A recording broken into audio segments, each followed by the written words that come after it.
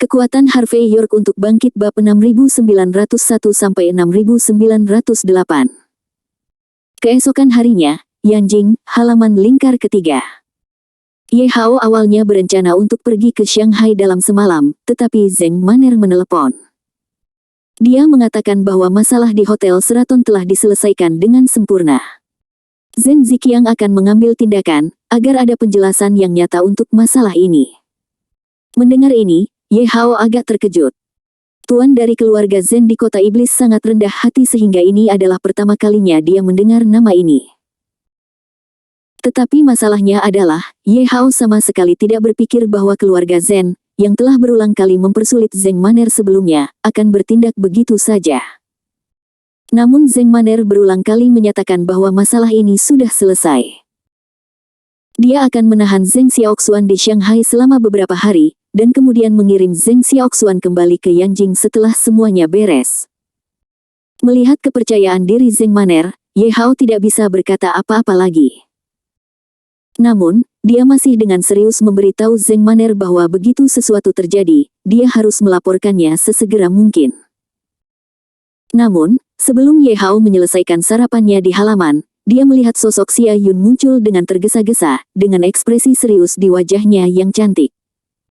Ye Hao mengerutkan kening dan berkata, apakah ada yang salah dengan perusahaan? Sambil menggelengkan kepalanya, Xia Yun berkata, ini bukan sesuatu yang salah dengan perusahaan. Ada yang salah dengan Hotel Sheraton. Setengah jam yang lalu, Dragon Penjara dan kantor polisi Yanjing bersama-sama menegakkan hukum. Langsung menggerebek restoran berputar di lantai atas hotel, mengungkap banyak fakta kelam. Juga, Tang Rais, yang sedang menikmati kotak kepresidenan hotel, dibawa pergi langsung. Selain itu, saya juga menemukan beberapa bukti dari buku besar hotel, melibatkan Ning Tianqi dari keluarga Ning Yanjing. Ini lelucon. Ye Hao tidak menyembunyikan apa yang terjadi kemarin dari Xia Yun, jadi dia sudah tahu seluk-beluknya, dan dia juga menaruh perhatian 100% pada masalah ini, jadi dia segera memahaminya hal-hal ini. Ye Hao sedikit terkejut, itu karena seseorang membalikkan meja. Meskipun Ye Hao juga ingin mengangkat meja, demi Ning Zilei, dia tidak bermaksud melakukan kesalahan, tetapi dia berpikir untuk menemukan waktu untuk melakukan pertemuan yang baik dengan Ning Zilei. Saya ingin melihat apakah kanker ini dapat diambil langsung dari Yanjing. Tapi tanpa diduga, dia belum mengambil langkah formal, dan sekarang seseorang sudah mengambil langkah. Mereka tidak hanya membawa mereka ke hotel, tetapi mereka juga membawa Tang Laixi dan Ning Tianqi. Dan Ye Hao percaya bahwa itu seharusnya karena tangan dan kaki bersih Ning Xiaoyao sehingga dia tidak terpengaruh. Kalau tidak, Tuan Muda No. 1 di Yanjing ini mungkin harus masuk dan ditanya.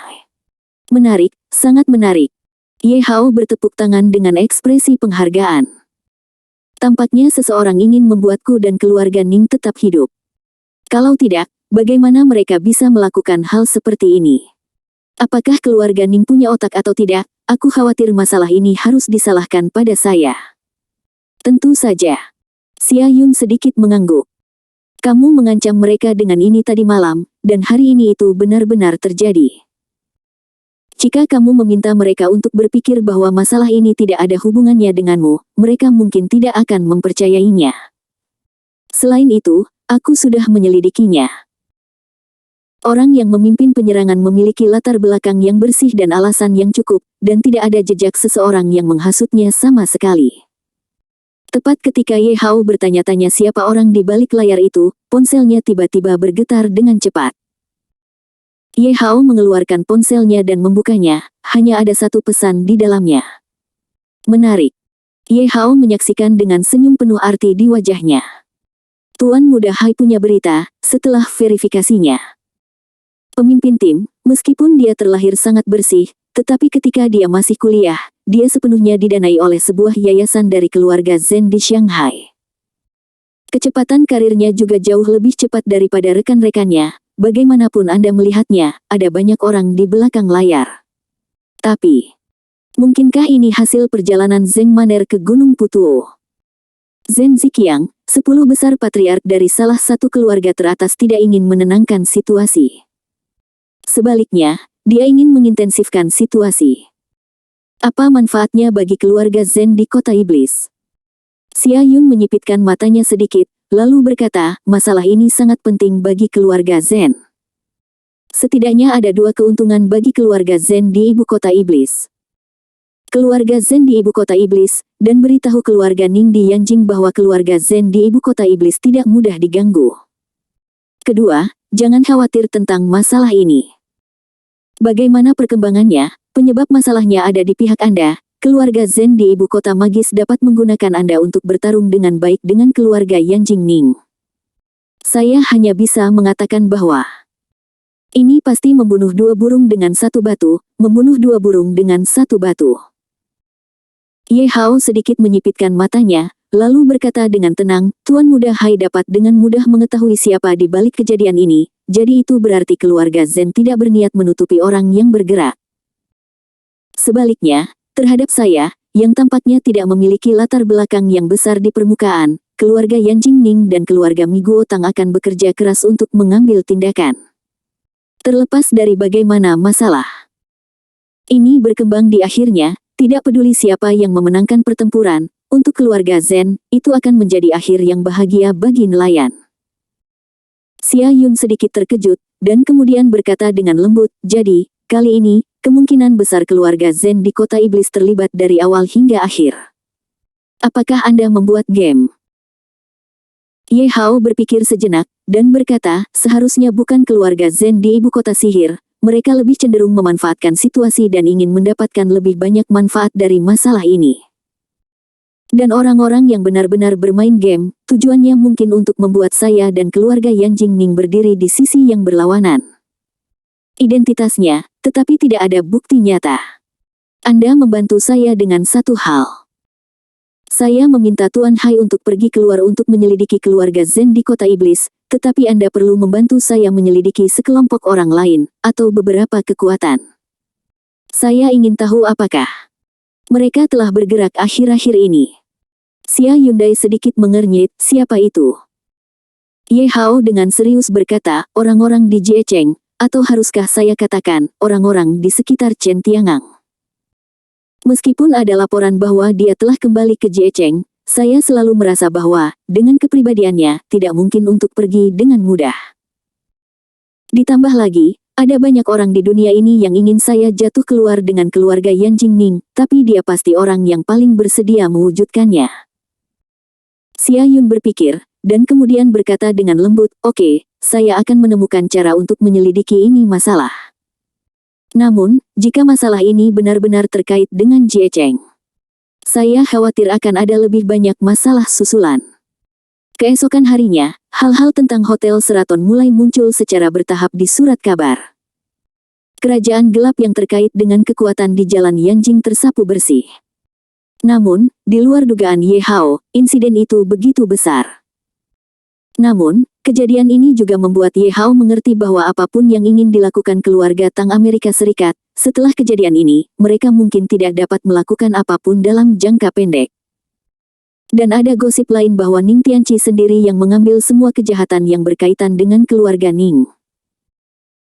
Keluarga Yanjing Ning langsung menyingkirkan Ning Tianqi, yang dapat dianggap sebagai debu dari masalah ini telah diselesaikan. Adapun laporan dari berbagai media berita, keluarga Yanjing Ning tidak terlibat. Jelas, ini juga semacam kompromi timbal balik antara berbagai kekuatan. Kalau tidak, begitu keluarga Yanjing Ning benar-benar berakhir, maka saya khawatir hal-hal akan berkembang ke arah yang sama sekali tidak dapat diprediksi. Saat Ye Hao sedang menonton laporan yang relevan, ponselnya bergetar. Setelah itu, suara khidmat Xia Yun datang dari sisi lain telepon. Tuan Ye, saya telah menemukan apa yang Anda minta untuk saya selidiki. Sebelum insiden Hotel Seraton terjadi, Chen Tiangang dan rombongannya telah meninggalkan Yanjing dan kembali ke Jiecheng. Di antara mereka, ada seorang wanita berpenampilan biasa yang tetap menyamar. Namanya Gao Jie. Dikatakan bahwa dia bukan dari 7 keluarga Jiecheng, dan dia adalah salah satu asisten pribadi Chen Tiangang. Oleh karena itu, masa tinggalnya tidak menarik perhatian semua pihak. Jika Tuan Ye tidak meminta orang lain untuk mencarinya, dia akan menghilang ke lautan manusia dalam waktu singkat. Ye Hao mengangguk dan berkata, apakah kamu tahu di mana dia? Ya, tapi Tuan Ye, sebaiknya kamu pergi dan berbicara dengannya sekarang, jika tidak, wanita ini mungkin akan menghilang. Pukul 3 sore, stasiun kereta kecepatan tinggi Yanjing West, Tourist Square. Tempat ini sangat mahal, dan semua jenis pedagang menengah dan tinggi berkumpul.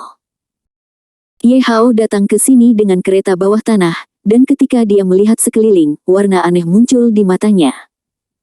Di tempat seperti itu, bau kembang api di dunia terlalu kuat. Dia juga lupa sudah berapa lama sejak dia berada di tempat seperti itu. Setelah beberapa saat teralihkan, Ye Hao menarik napas dalam-dalam untuk mendapatkan kembali ketenangannya, lalu berjalan ke sebuah kafe tidak jauh dari pintu masuk stasiun kereta api berkecepatan tinggi. Kafe itu ramai dikunjungi orang, dan kopi yang dijual adalah kelas menengah. Orang-orang yang duduk di sini pada dasarnya adalah elit perkotaan, dan banyak dari mereka bahkan membawa laptop, tablet, del untuk menangani hal-hal yang ada. Ye Hao meminta kopi meteorit sederhana, dan kemudian menemukan tempat duduk sendiri. Setelah itu, mata Ye Hao tertuju pada seorang wanita yang sama sekali tidak mencolok tidak jauh dari sana. Wanita itu mengenakan setelan kerja yang agak rusak, kacamata besar berbingkai hitam dan masker medis, dan sesekali mengetuk laptop di depannya beberapa kali, bertingkah seperti pekerja kerah putih profesional. Namun, koper di sebelahnya masih memperjelas bahwa dia mungkin ingin meninggalkan Yanjing dengan kereta berkecepatan tinggi, tetapi waktunya belum tiba. Praktisi seni bela diri tidak suka yang manis-manis, jadi yang kamu minum adalah kopi pahit standar asli. Hanya saja kehidupan pertapa seperti ini, tidakkah kamu merasa sulit? Turun. Atau, setelah bekerja keras untuk sementara waktu, kamu dapat meninggalkan Daxia secara anonim. Lalu pergi ke negara bebas Amerika dan menjalani kehidupan yang kamu inginkan. Lagi pula, orang tuamu telah terbunuh kirimkan di sana, kan? Tidak peduli apa yang kamu katakan, Chen Tiangang baik kepada orang-orang di sekitarnya. Namun, aku masih tidak mengerti. Hanya karena dia baik padamu, kamu baik padanya. Dia berpikiran tunggal, bahkan pergi jauh. Apakah itu layak? Ye Hao berkata dengan ringan, dan meletakkan kopi meteoritnya di atas meja, dengan ekspresi ingin tahu di wajahnya. Tubuh halus wanita biasa itu tampak sedikit bergetar pada saat ini, dan kemudian dia mengangkat kepalanya tanpa sadar, melirik Ye Hao, dan berkata, Tuan, apakah Anda berbicara dengan saya? Apakah kita saling kenal? Ye Hao He tersenyum ringan, dan berkata, kami tidak mengenal satu sama lain, tetapi Anda pasti mengenal saya, bukan?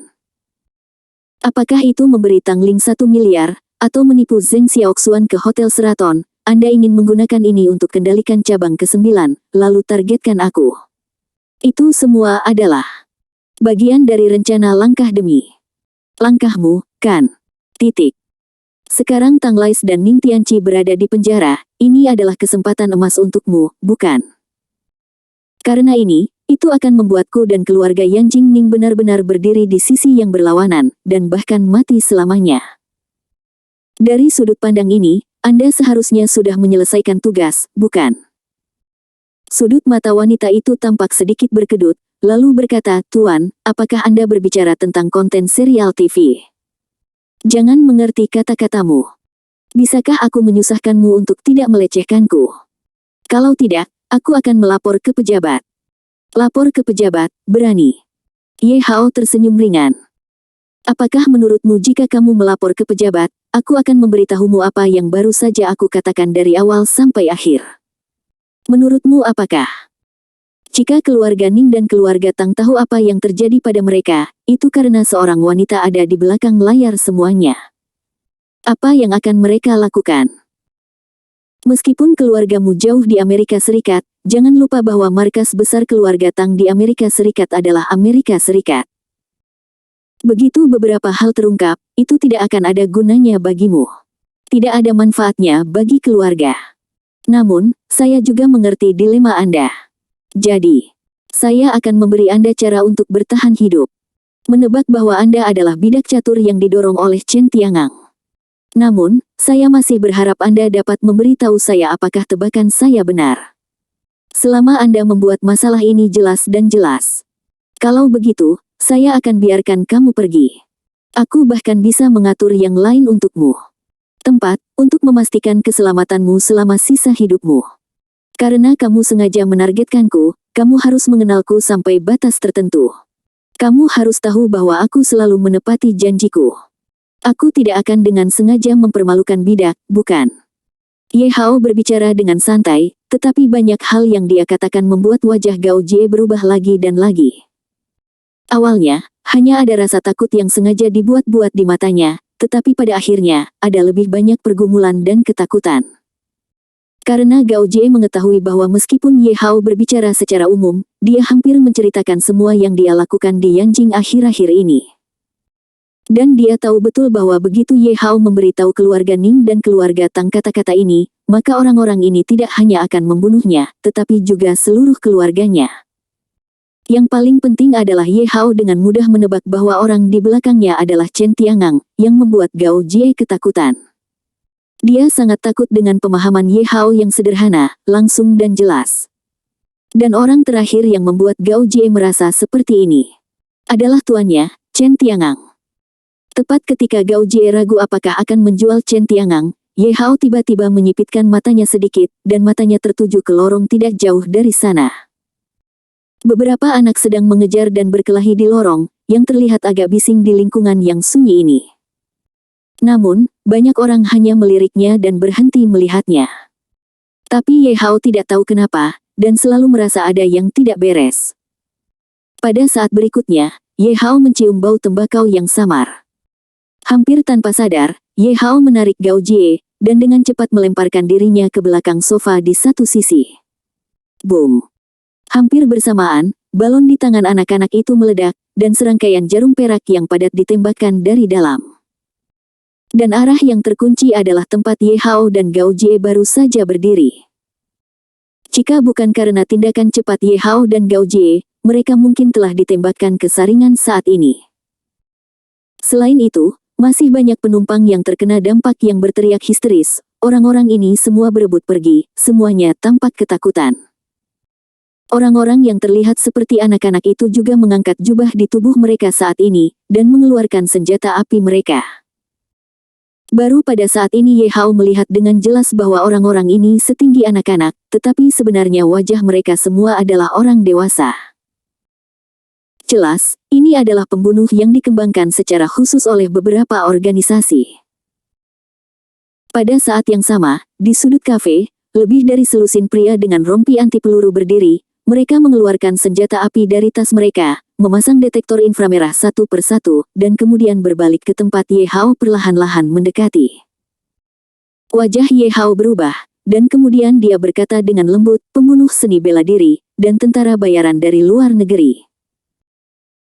Jelas, ini harus menjadi dua kelompok orang yang berbeda, tetapi karena tujuan yang sama, kedua kelompok orang ini mendapat bersama. Pada saat yang sama ketika Ye Hao mengubah warnanya, di luar kafe, lusinan pria berseragam kamuflase muncul dengan tatapan membunuh. Orang-orang ini semua memegang senjata api dengan pengaman mereka, dan mereka semua memiliki ekspresi membunuh di wajah mereka. Jelas bahwa hari ini jelas merupakan situasi keabadian. Apakah itu Tang Lais? Atau Ning Tianqi? Pada saat ini, Gao Jie masih memiliki tingkat ketenangan tertentu. Apakah mereka berdua akan membunuhku? Lagi pula, apa yang Ye Hao katakan tadi terlalu menyentuh pikiran Gao Jie. Jadi pada saat ini, Gao Jie secara tidak sadar memutuskan bahwa orang-orang ini mengejarnya. Ye Hao memutar matanya, saya tidak tahu siapa orang-orang ini untuk saat ini, tetapi mereka pasti tidak ada di sini untuk Anda. Lagi pula, Ye Hao tahu bahwa bahkan dia menghabiskan beberapa waktu untuk menyelidiki Gao Jie, dan bahkan lebih jangan bicara tentang orang lain. Oleh karena itu, rilis hari ini harus ditujukan untuk diri saya sendiri. Selain kemungkinan keterlibatan keluarga Ning dan keluarga Tang, Ye Hao berpikir bahwa mungkin ada musuh lain yang terlibat. Hanya saja saat ini, dia pasti tidak akan menunjukkannya.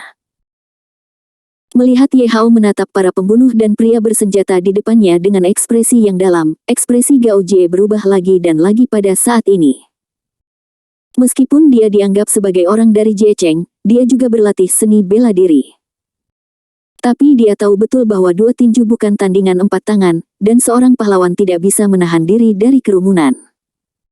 Dia bukan generasi raja prajurit, apalagi generasi dewa perang. Bagaimana dia bisa menghentikan penyerangan dan pembunuhan begitu banyak orang? Pikiran-pikiran ini melintas di benak saya dengan cepat, dan kemudian Gao Jie menarik Ye Hao diam, dan berkata dengan suara yang dalam, "Ye Hao, selama kamu bisa melindungiku, maka lindungi keluargaku." Petik 2 tanda seru. Saya melakukan semua ini karena Chen Tiangang ada di belakang layar. Selain Chen Tiangang, Ning Xiaoyao, putra tertua keluarga Ning, juga terlibat.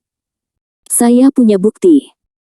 Dan dua tujuan mereka adalah untuk saya ingin membuat jeda total antara Anda dan Ning Zilei, dan bahkan menemukan kesempatan untuk menuduh Ning Zilei sebagai orang di belakang Anda, dan kemudian menginjak-injak Ning Zilei di bawah kaki Anda.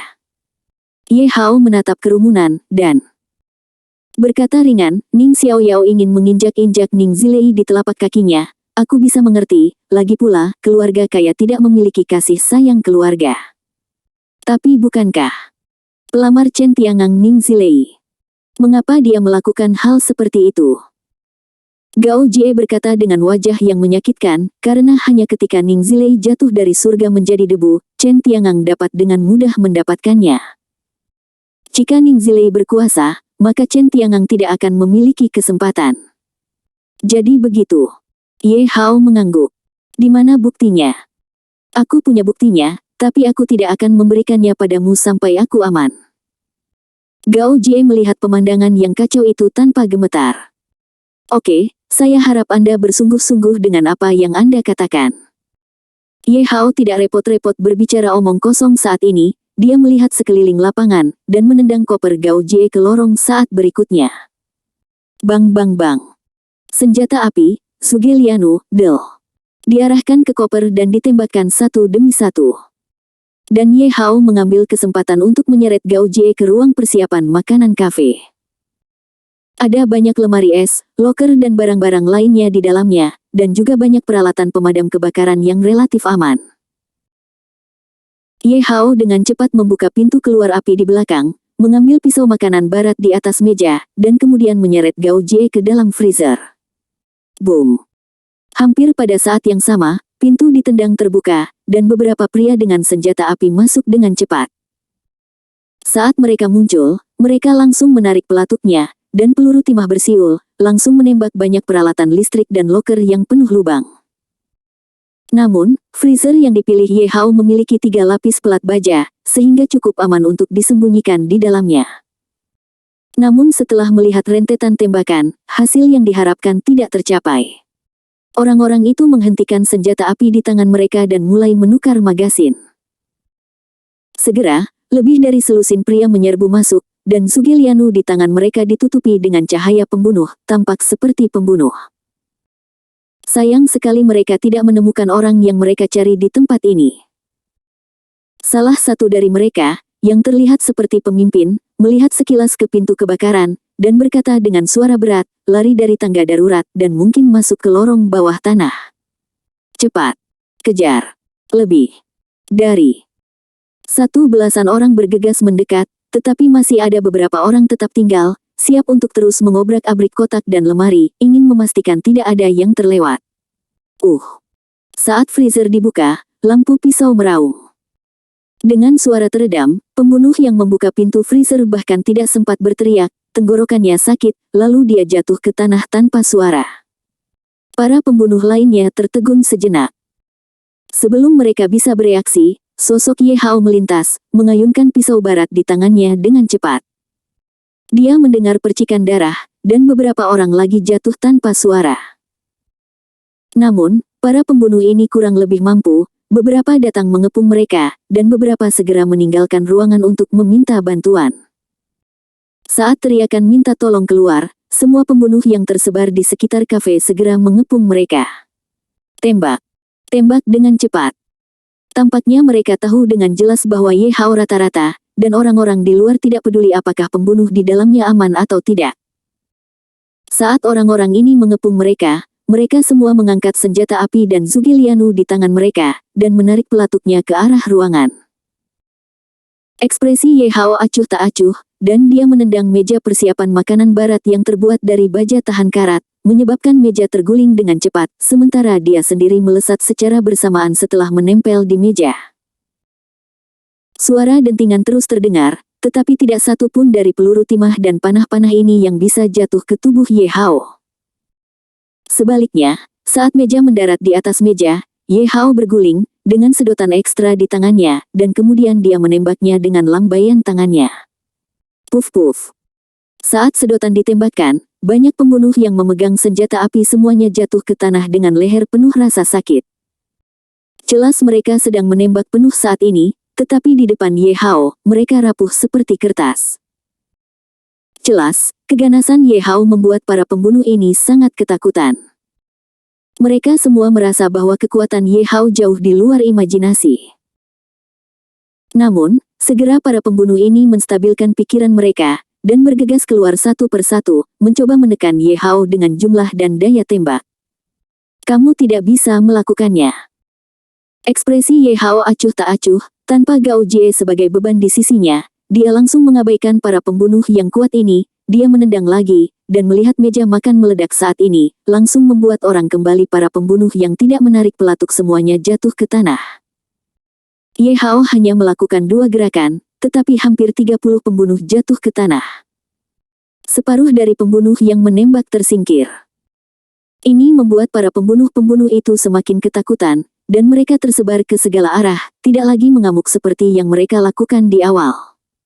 Bisakah kamu pergi? Ye Hao dengan santai mengambil Zhuge Liang di tanah, mengangkatnya dan menarik pelatuknya dengan santai.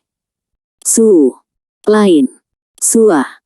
Pada saat aura Ye Hao mencapai puncaknya, tiba-tiba, rasa bahaya muncul di hati Ye Hao. Hampir secara naluriah, Ye Hao maju selangkah, menghindari pukulan fatal itu. Ding. Bulu biru muda jatuh di tempat Ye Hao baru saja berdiri. Tanah mulai terkorosi dengan cepat, tampak sangat menakutkan. Pembunuh seni bela diri, Peacock Ling. Melihat pemandangan ini, para pembunuh berseragam kamuflase itu dengan cepat mundur ke sekeliling. Tapi Ye Hao tidak membiarkan orang-orang ini pergi, tetapi bergerak menuju tempat di mana si pembunuh memimpin. Bulu merak lainnya muncul dan mendarat di tubuh seorang pembunuh berseragam kamuflase. Tubuh orang itu sedikit bergetar, dan saat berikutnya dia jatuh ke tanah tanpa suara. Ye Hao tidak mengendurkan kewaspadaannya karena ini, tetapi diluncurkan lagi di tempat. Sua. Pembunuh yang memiliki bulu merak terus melancarkan serangan. Segera, semua pembunuh berseragam kamuflase jatuh ke tanah, dan masing-masing dari mereka mati dengan sangat damai. Ini juga menjelaskan dominasi pembunuh seni bela diri Peacock Ling dari samping. Lagi pula, benda ini dikatakan mampu membunuh bahkan dewa perang, apalagi pembunuh biasa ini. Saat ini, Ye Hao juga telah mengidentifikasi lokasi pembunuh yang menggunakan Peacock Feather. Sosoknya datang langsung dari gerbang kafe, lalu mengangkat Zhuge Liang di tangannya, mengarahkannya ke atas lampu jalan di seberang gerbang, dan langsung menarik pelatuknya. Pria di atas lampu jalan, memegang bulu merak dan mengenakan topeng, tidak punya waktu untuk bereaksi, tangan kanannya gemetar, dan bulu merak itu terlepas dari tangannya. Tapi saat berikutnya, pria itu memiliki belati ekstra di tangannya, dia melompat turun dari atas lampu jalan, dan belati di tangannya menusuk langsung ke penutup Tianling Ye Hao. Cepat, akurat, dan kejam. Yang paling penting adalah reaksinya sangat cepat sehingga orang tidak punya waktu untuk bereaksi. Terperangkap lengah, Ye Hao tidak punya waktu untuk mengangkat Zhuge Liang di tangan Ye Hao, jadi dia hanya bisa menyamping menghindari pukulan tiba-tiba lawan, dan kemudian memukul balik dengan backhandnya. Boom!